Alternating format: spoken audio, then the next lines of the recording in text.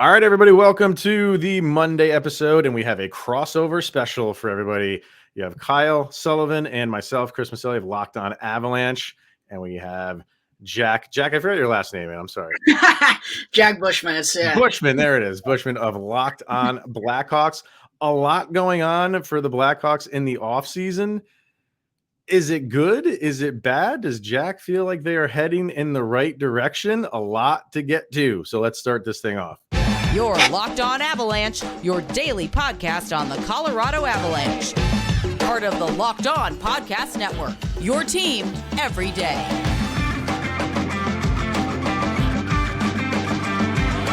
I think more than any team in the offseason that I get personal emails and direct messages on is, are the Avalanche making a deal with the Blackhawks? Because just seems like the Blackhawks are willing to trade with everybody and anybody. And so many people want to know, when are the Avalanche going to deal for Toews or anybody that's remaining on the Blackhawks roster, including Kane too. Like, those are the two big names, obviously. Are they getting them? So there's so much to talk about with the Blackhawks. But first, thank you for making this your first listen of the day. Always appreciated. You can follow our show at LOPN_Avalanche on Twitter, Locked On Avalanche on Instagram. Questions, comments, opinions, concerns, lockedonavalanche@gmail.com. And follow our YouTube channel. Just search Locked On Avalanche and subscribe. Get notified when a new show goes live. Jack, why don't you throw out where people can find you on social media as well? Yeah, if you want to find my personal account, you can check out Jack_Bushman2 on Twitter. And if you want to check out the Locked On Blackhawks podcast, you can do so at _Blackhawks on Twitter as well. All right. So let's just jump into it, man, because sometimes the teams that have the most eventful off seasons are not necessarily teams at the top of the standings and the teams that you're expecting to compete for the Stanley Cup. A lot of times it's those teams in the quote unquote rebuild mode. And that is what Chicago is in, full stop. They are completely in that mode. And for me, I got to ask you this, because was there not a letter sent to Blackhawk fans either one season ago or 2 seasons ago, basically saying, stick with us. We need to just, reset this thing. We acknowledge it. We apologize for it, but just stay the course. And then it seems like it's happened all over again. So what's the mindset right now of Chicago Blackhawk fans and this eventful offseason that the Blackhawks have had so far? Yeah, it's kind of crazy that you bring up that letter, because so many things have happened since then. The Blackhawks tried again, and then they didn't try again. It's like, all right, where are we going here? But yeah, man, it's been not only just this offseason, but it seems like the last 8-10 months have just been utter chaos for the Chicago Blackhawks. And the one thing I will say, with Kyle Davidson now in as general manager, it's clear that it's his tenure here in Chicago, and he has a belief about how to go about this. And as you already mentioned, it is a full scorched earth rebuild. There's no other way around it. Based on the moves that we've seen this summer, you can't call it anything other than that.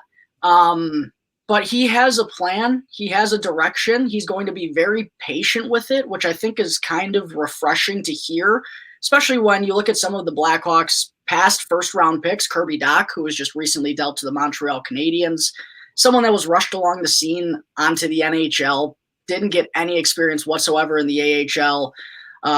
Adam Boquist was a former first-round pick who was rushed along the way as well. And it just seems like all those moves were made to keep the team enticing and not in the best interest of the future of the organization. Like that's the biggest thing. The Blackhawks haven't thought about the long term in seemingly over 10 years, right? It's been win now mode forever. And, as great as that dynasty was from 2010 to 2015, it's going to end at some point. And it felt like the previous regime really had a hard time accepting that and had a hard time building towards better days down the road. And that's what ultimately ended up, really hurting this team even more, based on, all the moves that they made to try to pursue the playoffs this year, trading for Seth Jones, going and getting Marc-Andre Fleury.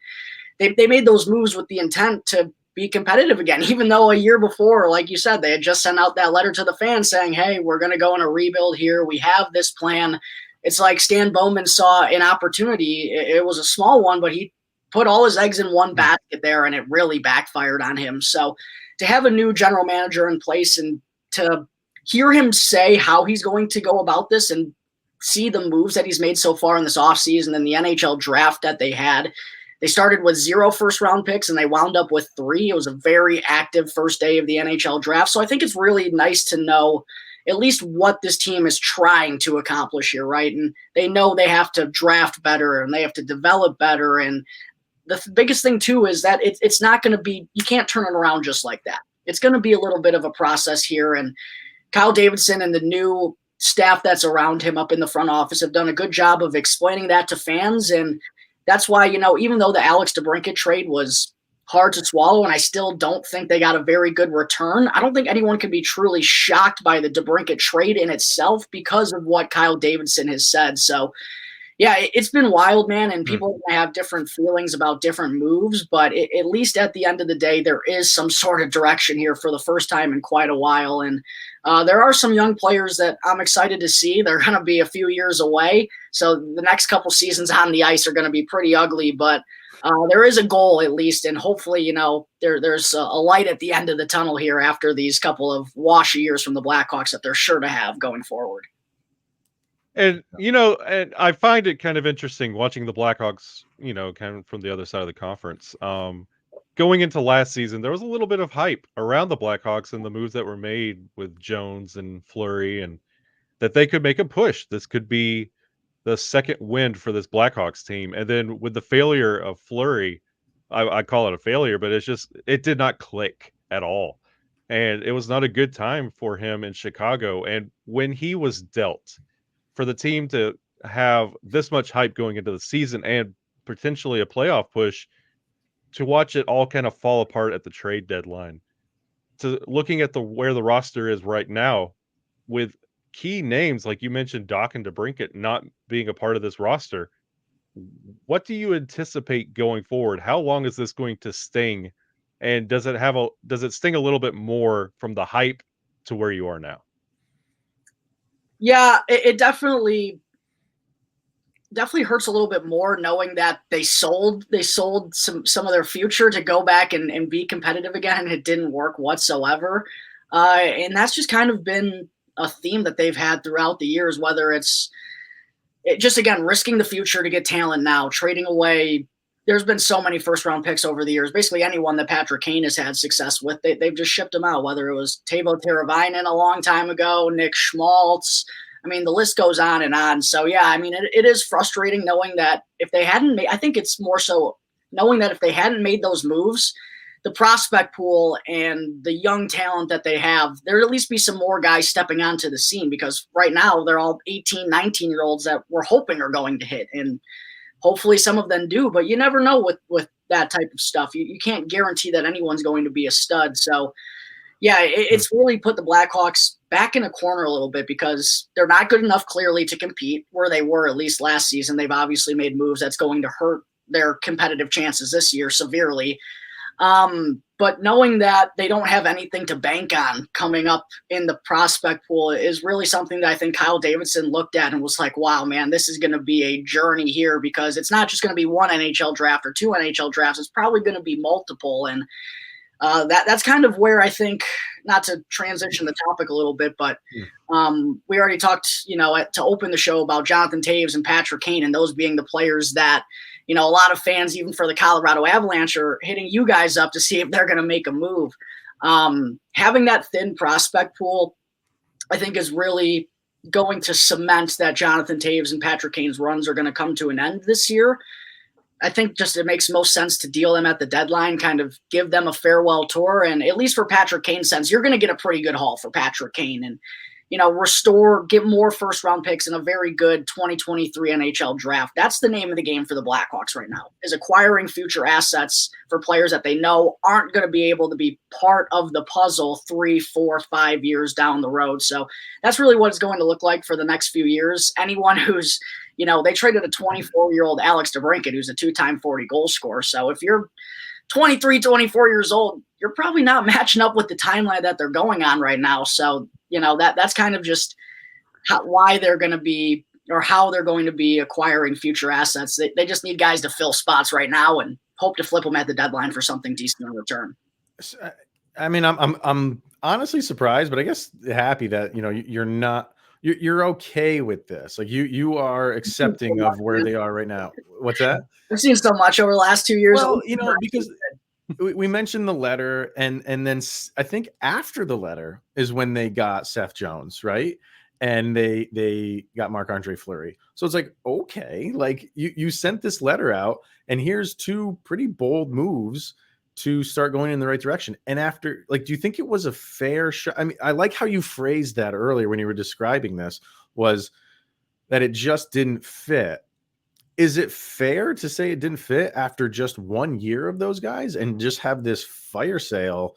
The only one you have kept so far is Jones. Mm-hmm. Everybody else is gone, including guys that came before the letter that were part of a somewhat rebuild. Like the DeBrincat one, I think shocked a lot of people. Maybe not that they traded him, but what they got in return.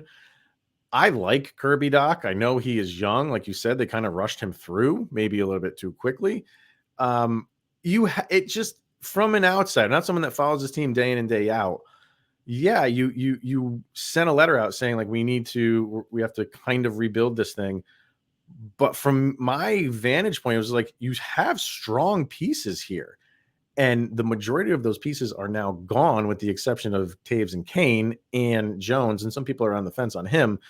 But like that's why I kind of wanted to have you on today and do a crossover with you, is to get to kind of pick your brain on how you feel after, you know, we were told there's one reset and then so quickly there's another one, which is, you know, this is a reset now.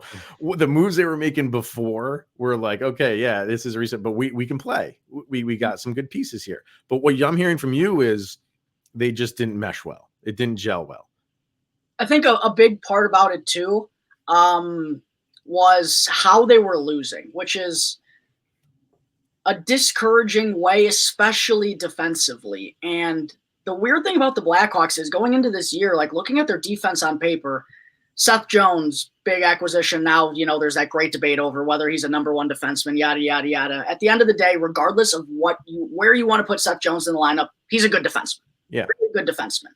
You get Jake McCabe next to him, someone who on a really bad Buffalo Sabres team over the past few years was one of the few bright spots. You bring him in.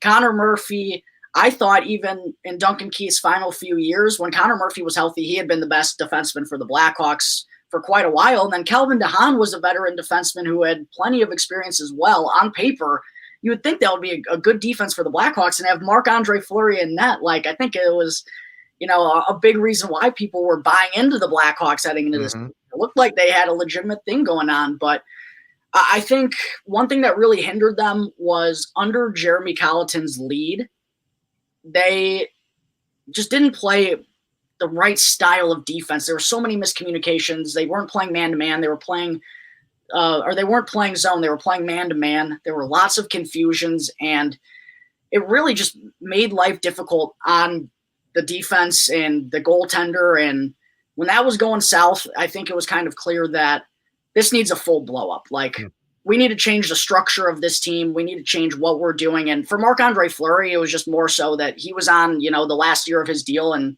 things weren't clearly going well. You might as well move him for assets, right? That's kind of the thing about that. But it is weird because I always had this feeling throughout the year. It's weird that you bring this up, like that it's only 1 year and maybe things could have gone differently with the same roster next year. I don't know how it would have gone, but I always felt like on paper, the Blackhawks were better than bottom 5 team in the league. And it just never seemed to work well. This group just didn't fit, whether it was the defensive issues or I think a big lack of speed in the forward group was something that hindered them. It was really a top line only offense with Alex DeBrincat and Patrick Kane.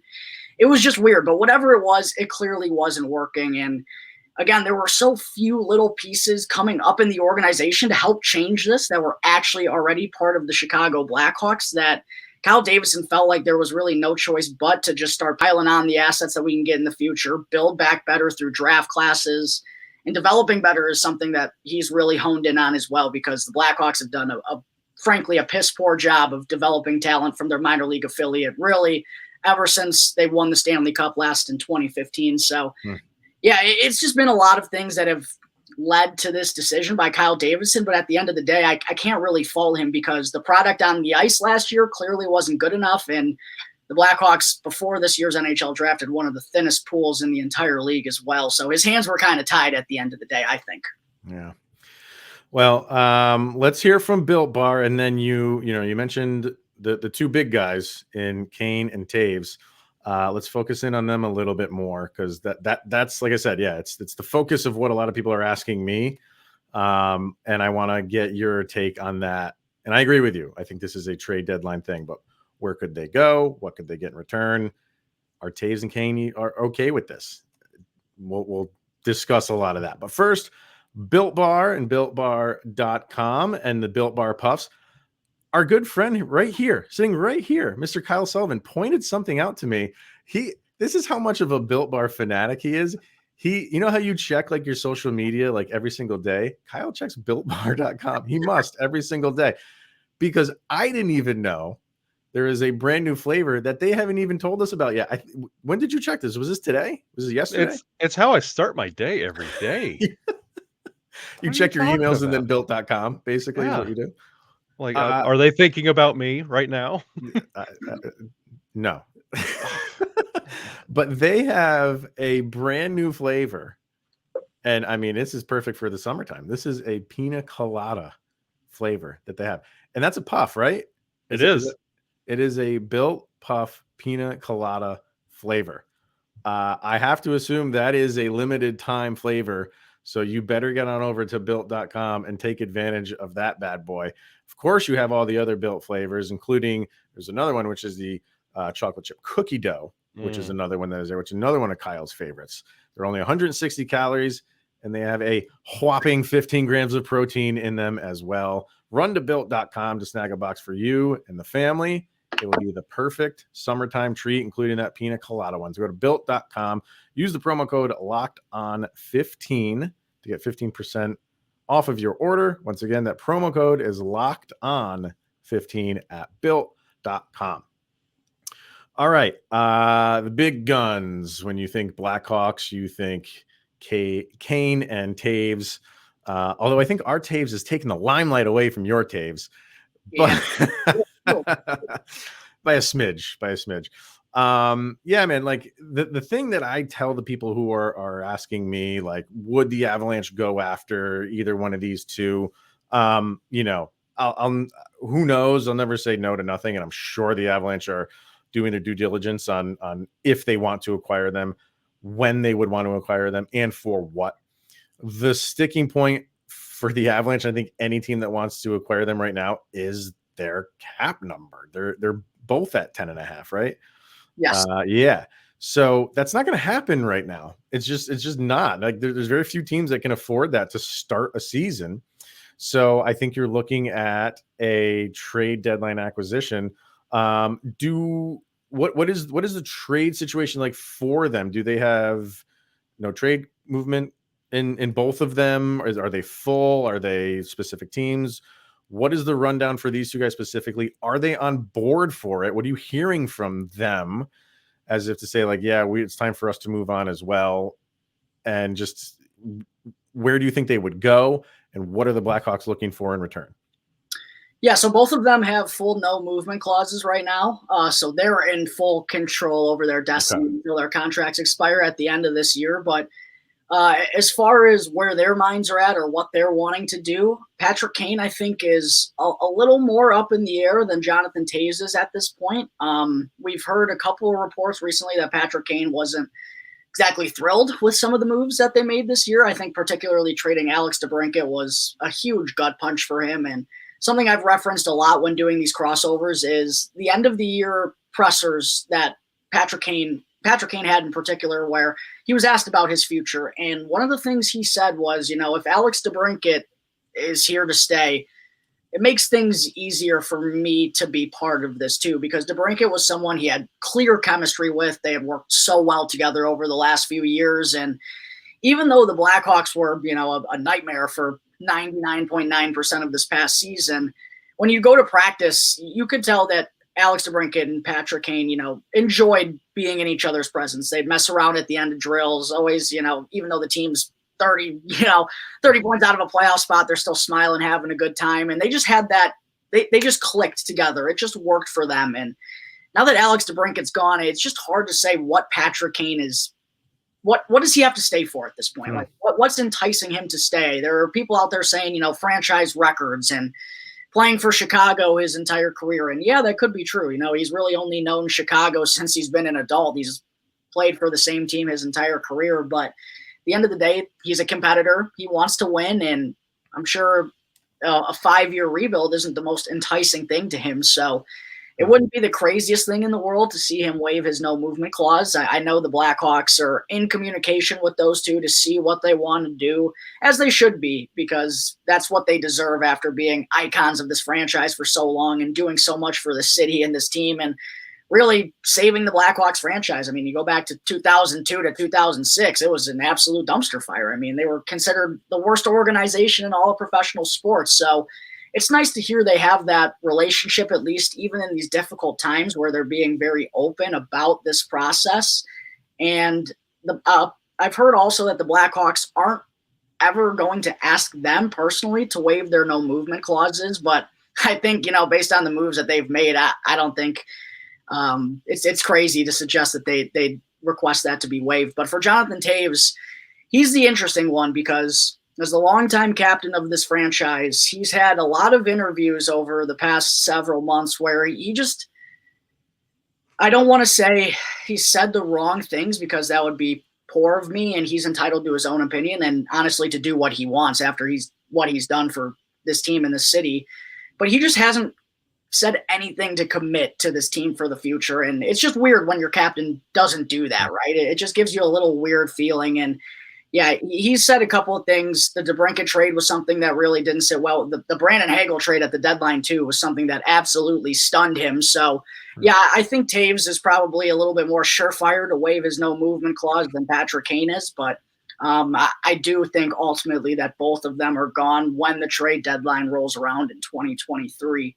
But as for what they're trying to get for those two, I think Patrick Kane, is trying to get an absolute haul, obviously, because this guy has shown no signs of slowing down. He just recorded the third most points that he's ever had in a season, and he's well over 30. And like I said, he's shown no reasons why that he can't keep doing this as he gets older and older and older. So I think that the Blackhawks are really going to try to maximize that, and also they can retain salary on both of these two in order to kind of capitalize on this opportunity and get the most from another club.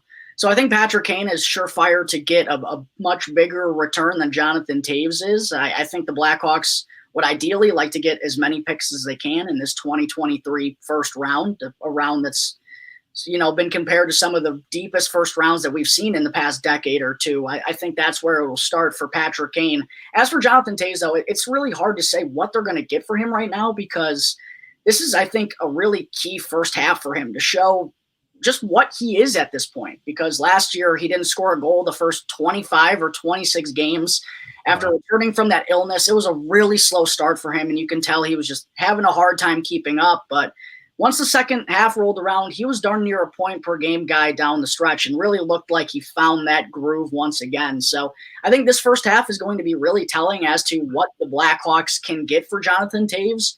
But I think for both of those players, the Blackhawks are going to want to retain some salary in order to move them because, like you said, there's just not a whole lot of teams that can take on $10.5 million, even if it is for just this year.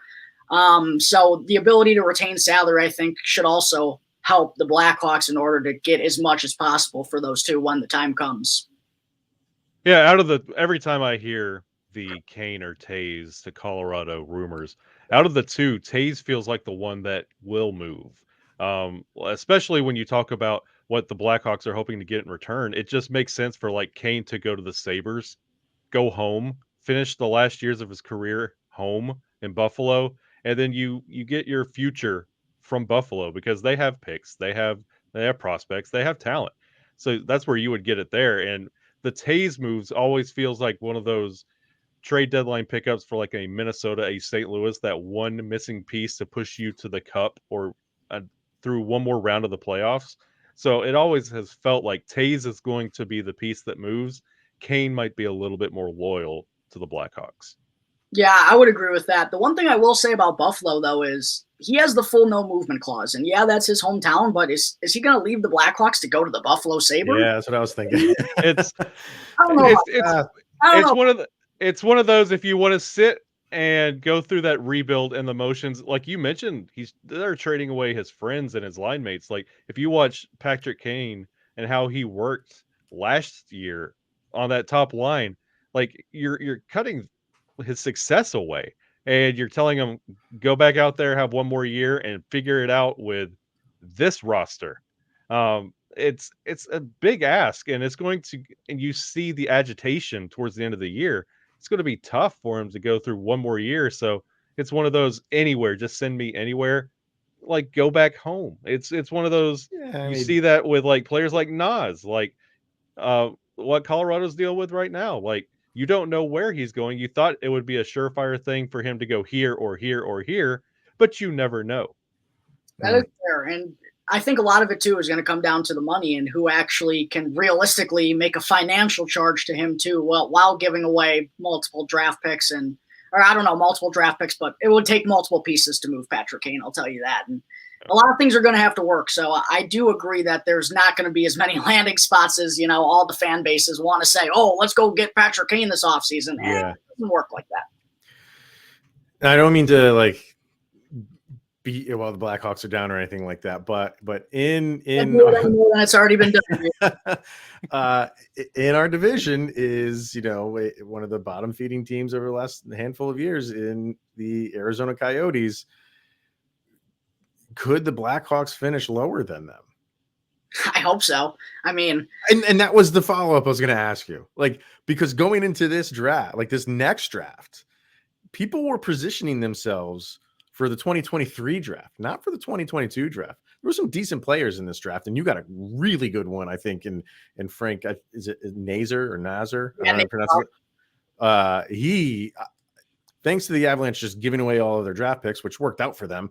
I didn't have a lot of draft research to do, but the little bit that I did do, he stuck out to me a lot. So I really, really like him.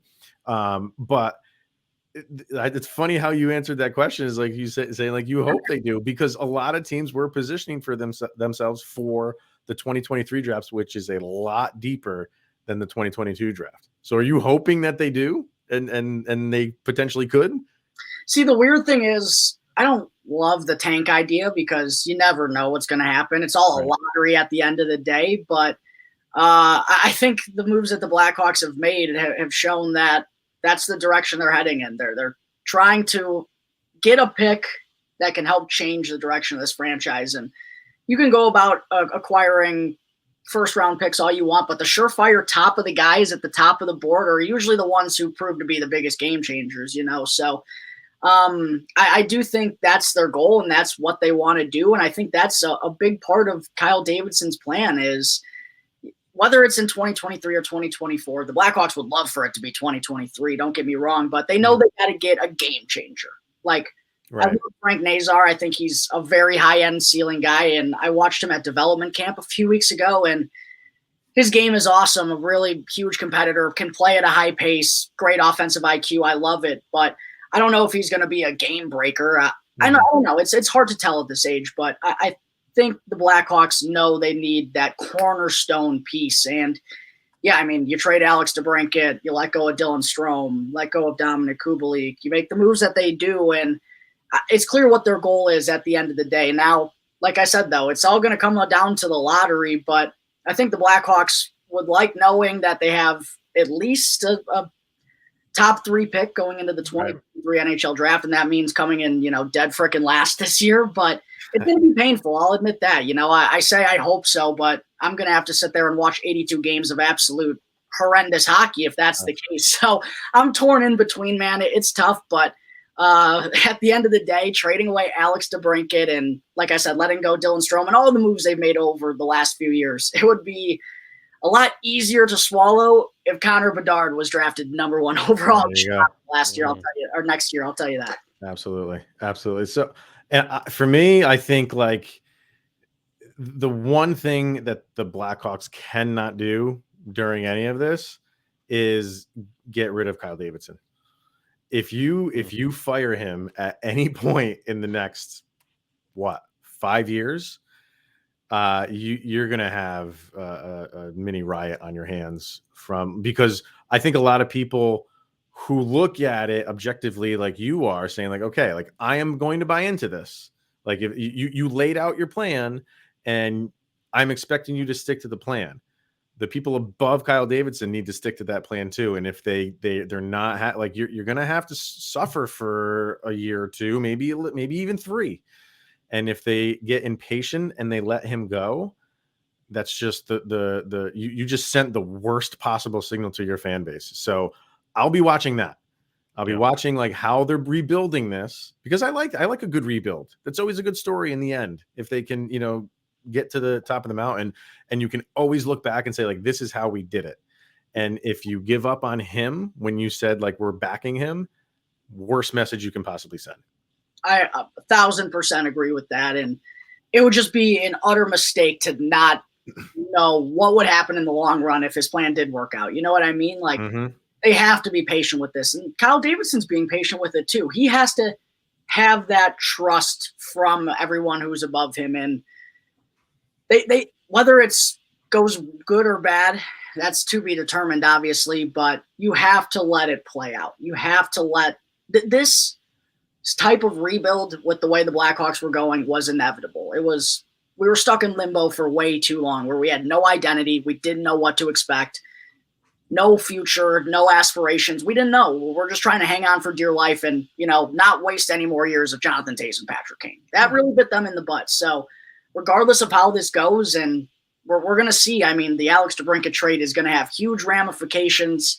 Kevin Korchinski, who the Blackhawks took with that pick that they got back from Ottawa, he's always going to be tied to the Alex DeBrincat trade and all that stuff. You got to let it play out and see how it's going to go. And I would agree. You got to give him 3 to 4 years. And if the prospect pool or the young talent that's coming up to the NHL, in 4 or 5 years, if they're not making an impact, then that's the time to have that conversation. But the team is going to be so bad on the ice for the next couple of years that you can't let that hinder what the future goal is. And that's why it has to be a patient approach from everyone. It can't just be Kyle Davidson. It has to be everyone, because he believes in what he's doing. He really does. We've heard him talk confidently about knowing what this team needs to fix. And he's gone about it so far, and he's stuck true to his word. And I just hope, that the ownership group does the same, because at the end of the day, if it does work, it's going to be worth the patient approach. I'll tell you that, because you can't, you want to have these Pittsburgh Penguins like runs where you're just competitive for 20 years, but that doesn't happen very often. You have to go through these transitional changes. And now that the Blackhawks have finally started that, you got to let it go full circle. So yeah, I'm in complete 100% agreement there that it's got to be at least 3 to 4 years before you even consider heading in a direction. Yeah. Got anything for this season? What are we? What are you going to be, like you just said, like, it's going to be tough 82 game season for you, but in those like moments of despair, in those seasons of despair, there's always some good that comes out of it. Maybe individual players, individual moments. So looking ahead to a season that, is going to be a long one.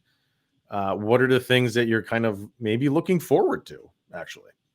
Yeah, there are a couple different things. I'm excited to see some of the young faces really trying to cement themselves as full-time NHLers. We saw a lot of young guys step onto the scene for the first time towards the end of last season, where the year was all but over. You might as well let these kids, get some experience under their belt. But Lucas Reichel, a first-round pick back in 2020, is someone who, got his feet wet a little bit in the end of last year and tore it up at the AHL level with the Ice Hogs. So I'm excited to see how the Blackhawks are going to utilize him and what kind of role he's going to have. I expect them to be very patient with these guys, but there is going to come a time where, especially in the second half of the season, you're going to let these guys loose a little bit. So Lucas Reichel is one in particular I'm excited to see. Alex Vlasic is a big young defenseman, second-round pick from 2019 out of Boston University. You may know his Uncle Mark Edward Vlasic, longtime San Jose defenseman, of course. Yeah, he's really just getting into the NHL, and a big kid who I think has a lot of promise. So there's some of those young pieces that I'm excited to see. Another thing, though, is I referenced this earlier in the episode. One thing that cost the Blackhawks so much for a handful of years under Jeremy Colleton was their wonky man-to-man, man and a half zone coverage, whatever it was. It was a nightmare, dude. So they hire Luke Richardson in the offseason to be their new head coach, someone who has defensive pedigree, of 1,000-game NHLer in his playing days, and he's announced that they are going back to zone defense. So I think a lot of Blackhawks fans were excited to hear that because Jeremy Colleton's system never worked whatsoever, and the Blackhawks were always on the wrong side of analytics or goal differentials or shots on goal. It felt like 5 games a year where the Blackhawks outshot somebody. I mean, it was brutal. So I'm excited to see the young pieces, and I'm also excited to see how Luke Richardson's system is going to affect the defense, because even with Marc-Andre Fleury and that, one of the best of all time last year, he was just getting peppered, and the Blackhawks defense didn't stand a chance. So those are some of the changes that, I'm excited to see as we embark upon this year. That's likely going to be a tough one. One other thing I am excited about too, I don't want to forget this, is Andreas Athanasiou. Probably going to be a deadline move, but someone who's flashed potential over the past. He was a former 30-goal scorer with the Red Wings. One of the fastest players in the league. Oh my God, speed demon. He's going to be a legitimate top 6 opportunity with Patrick Kane. Like, this roster is thin, and he's gonna, in the first half, he's going to get all the chances in the world to give the Blackhawks, an enticing return at the deadline. So I know it's probably going to be short-lived, but I am excited to see Andreas Athanasiou in a Blackhawks sweater and see him speed his way to a couple breakaways along the way. Nice. Things at least a little bit more enticing next year, right? Nice. So, I mean, I'll say this, man. Embrace the suck, because it honestly just makes when you do turn it around and start climbing the mountain, and when you get to the top of the mountain again, like I said, you can just look back and just appreciate everything that you had to go through, and just looking at everything that we've been talking about today, everything you're hearing about what the Blackhawks are saying that they're going to do, it's going to be a haul. And I think it's kind of like where, you just mentioned the Red Wings. They're on their way up, you know what I mean? And when they eventually get there, people are going to look back and be like, man, that was an event. That was an adventure. Yeah. That was a Lord of the Rings trilogy. And it just feels so good. So yeah, like it's not where you want to be, but the job that you do covering that team, however many years it takes you to get there, it's just going to make it all the more sweeter, just being there all along the way. It really, really is. And what better way to bring back a fan base that's gone through so much with everything in the front office and on the ice than that good old $10 ticket on a March game? Like, that's usually when a lot of fans say, well, I fell in love with the game because tickets were just $5-10 and I got to go into a game. What better way to bring them back in after all of this than to everybody get ground level and we start this full reset, front office on the ice together, push everything behind us, and build and fall in love with this brand new Chicago Blackhawks team. Yeah, it's actually funny you say that. They cut season ticket prices by a ton. My buddies has season tickets, and I go with him to some games. He's literally like 6 rows right off the glass behind the net. It's crazy, but he said they basically got cut in half for next season. So nice to know they're trying to give an incentive to fans to still come to the United Center, even though they know they're likely going to be watching on the ice. But yeah, I mean, it is what it is. I've just kind of accepted that this is where the Hawks are at this point, and that it's going to be a journey. But I'll say this, in 4 or 5 years, if the Blackhawks are ready to are ready to have a competitive window open up where they'll have an opportunity to win for 5 to 10 years or something like that, at the end of the day, it'll be worth it. And like I said, it's not easy to remain that competitive for so long. Not every team can do that. So it's not going to be fun along the way, but if the end goal is achieved, then it would be well worth it when that time does come. So that's what I'm looking forward to throughout the next month, folks. And even, I always say it, even if there's some of the teams that I not a fan of. It's not the Blackhawks. There's other teams throughout the leagues that I can't stand. The league is always better when an original six team is involved. It just is. And there's some original six teams that I don't particularly like. And again, not the Blackhawks. It's another team that starts with a B. We'll leave it at that. So, yeah. Vanadians. What's he doing? There you go. Is that a B? I think that's a B. Yeah. Yeah. I don't see any other B's on there. But yeah, man. So I mean, it's going to be a haul of a season, but maybe we'll check in at different points during the season and do some other crossovers and see how you and the Blackhawk fans are doing. So yes, please help me along. That I can't talk about losing for 7 months, so feel free to help me out along the way, guys. All right, and definitely follow Jack and the Blackhawks, and the way he covered the Kyle Beach issue was professional and honest, and great job covering that, man. That's difficult to do, but I think you did it exceptionally well.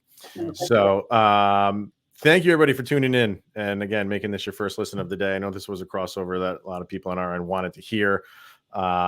Hopefully you enjoyed it. Like I said, thank you for making your first listen of the day. And once again, you can follow us over on our social media platforms, LLPN_Avalanche on Twitter, Locked On Avalanche, Instagram, and our YouTube channel. And Jack, why don't you throw yours out one more time as well? Yeah, check out my personal account on Twitter at Jack_Bushman2. You can find a lot of tweets about golf today. I don't know if you two are golf fans, but I kind of, yeah. Forest this weekend, and boy, nice. It feel good. It was a scary ride along the way, but yeah, it was good that I got the Will Z dub. So if you want some Blackhawks coverage or golf stuff, you can check it out there at Jack_Bushman2. As for the Locked On Blackhawks account, you can also find the podcast wherever you get your podcasts, or you can check it out on Twitter at @L_O_Blackhawks. Any career hole-in-ones? I'm working on it. No? Not yet, but it's coming soon. Just wait on it. So you have as many hole-in-ones as Kyle has been pulled over. Oh, yeah. That's right. The conversation in itself right there. All right, everybody. Thank you for tuning in. Always a pleasure. And we will be back on Wednesday. Maybe we'll have Nazem Kadri news, but who in the world? Maybe he's going to sign with the Blackhawks. I have no idea. At this point, I have no idea. Anything's up in the air. And Bowman was still in charge, maybe. All right, everyone. Thanks for tuning in. We'll see you guys on Wednesday.